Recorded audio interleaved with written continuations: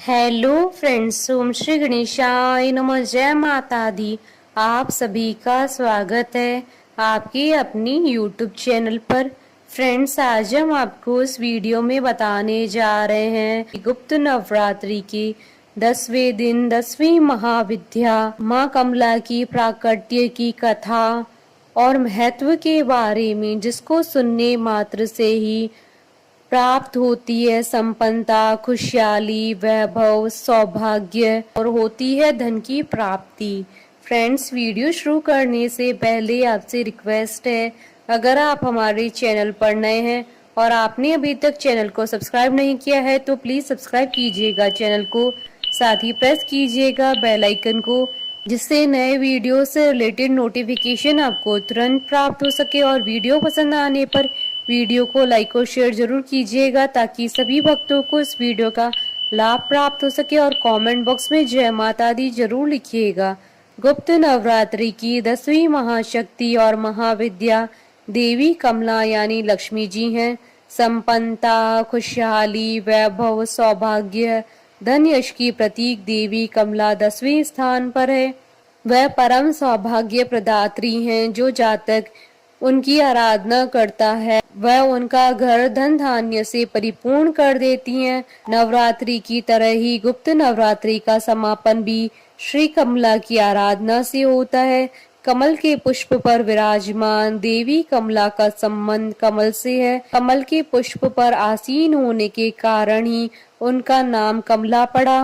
देवी को कमल पुष्प प्रिय है। कमल कीचड़ और दलदल में खिलता है, यानी नकारात्मक परिवेश होने पर भी सकारात्मकता के पुष्प खिल सकते हैं। स्वच्छता और पवित्रता देवी भगवती को प्रिय है। उनका अलग से श्रीकुल है। उनको प्रकाश प्रिय है। अंधेरे से नफरत है। वह नारायणी है। भगवान विष्णु के साथ गमन करती हैं। वह प्रसन्न होती हैं तो तिजोरी भर देती हैं, लेकिन यदि अप्रसन्न होती हैं तो अपनी बहन अलक्ष्मी के साथ उसको भी रंक बना देती हैं। देवी की आराधना तीनों लोकों में दानव, दैत्य, देवता तथा मनुष्य सभी करते हैं। देवी आदि काल से ही त्रिभुवन के समस्त प्राणियों द्वारा पूजित हैं। देवी की कृपा के बिना निर्धनता, दुर्भाग्य, रोग इत्यादि होते हैं। स्वरूप से देवी कमला अत्यंत ही दिव्य तथा मनोहर एवं सुंदर है। इनकी प्राप्ति समुद्र मंथन के समय हुई थी तथा इन्होंने भगवान विष्णु को पति के रूप में वरण किया था। देवी कमला तांत्रिक लक्ष्मी के नाम से भी जानी जाती है।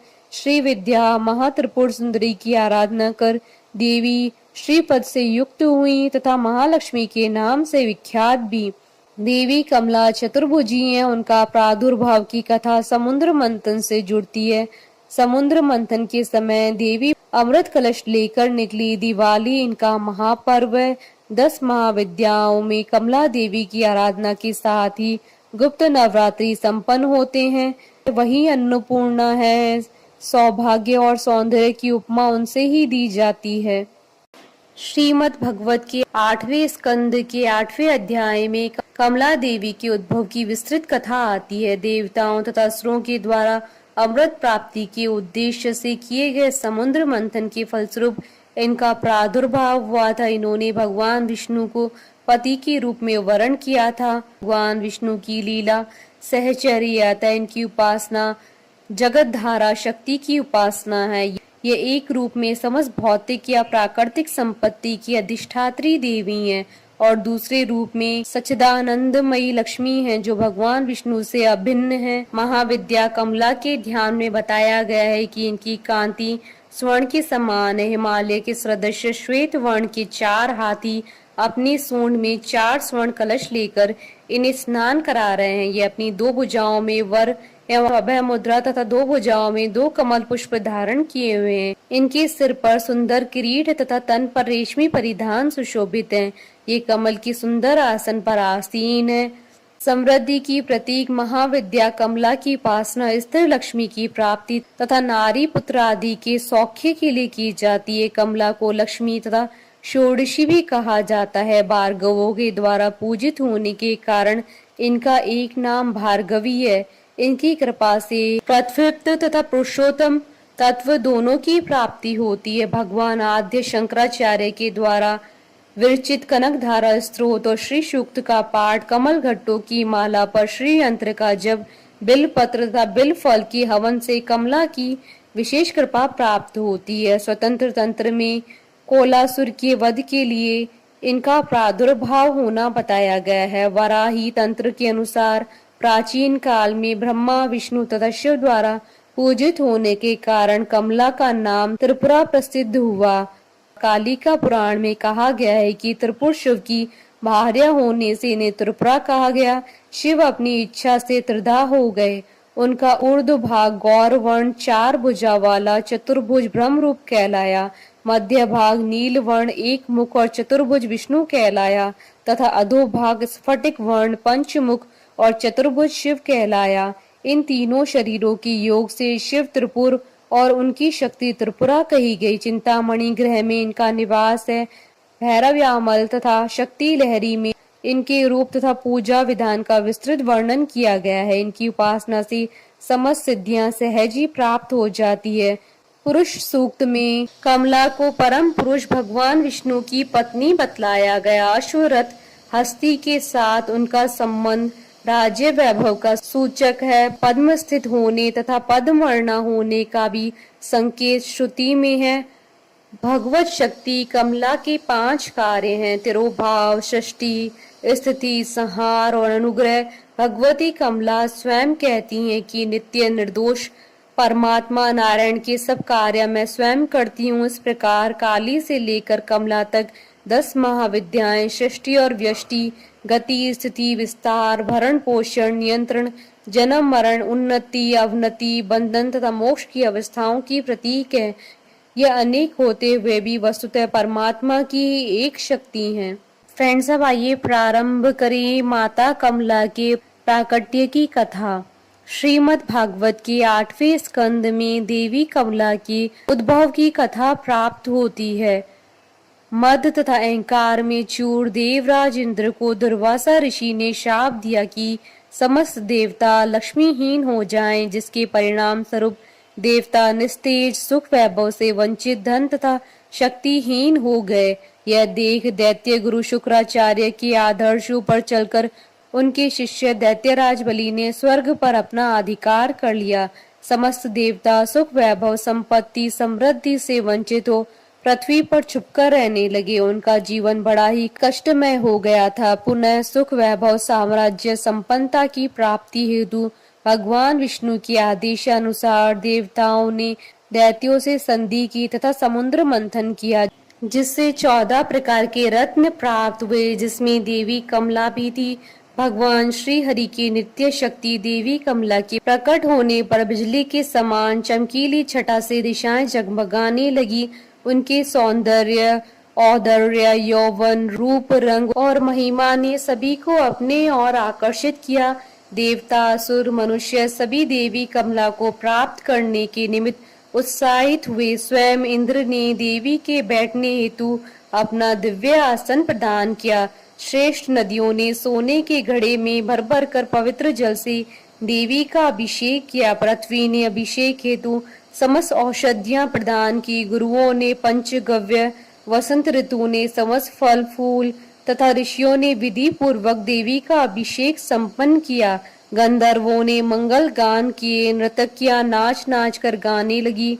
बादल सदे होकर मृदंग, डमरू, डोल, नगाड़े, नरसिंगे, शंख, वेणु और वीणा बजाने लगे। तदंतर देवी कमला पद्म के सिंहासन पर विराजमान हुई। दिग्गजों ने जल से भरे कलशों से उन्हें स्नान कराया। ब्राह्मणों ने वेद मंत्रों का पाठ किया। समुद्र ने देवी को पीला रेशमी वस्त्र धारण करने हेतु प्रदान किया। वरुण ने वैजयंती माला प्रदान की, जिसकी मधुमय सुगंध से भौरे मतवाले हो रहे थे।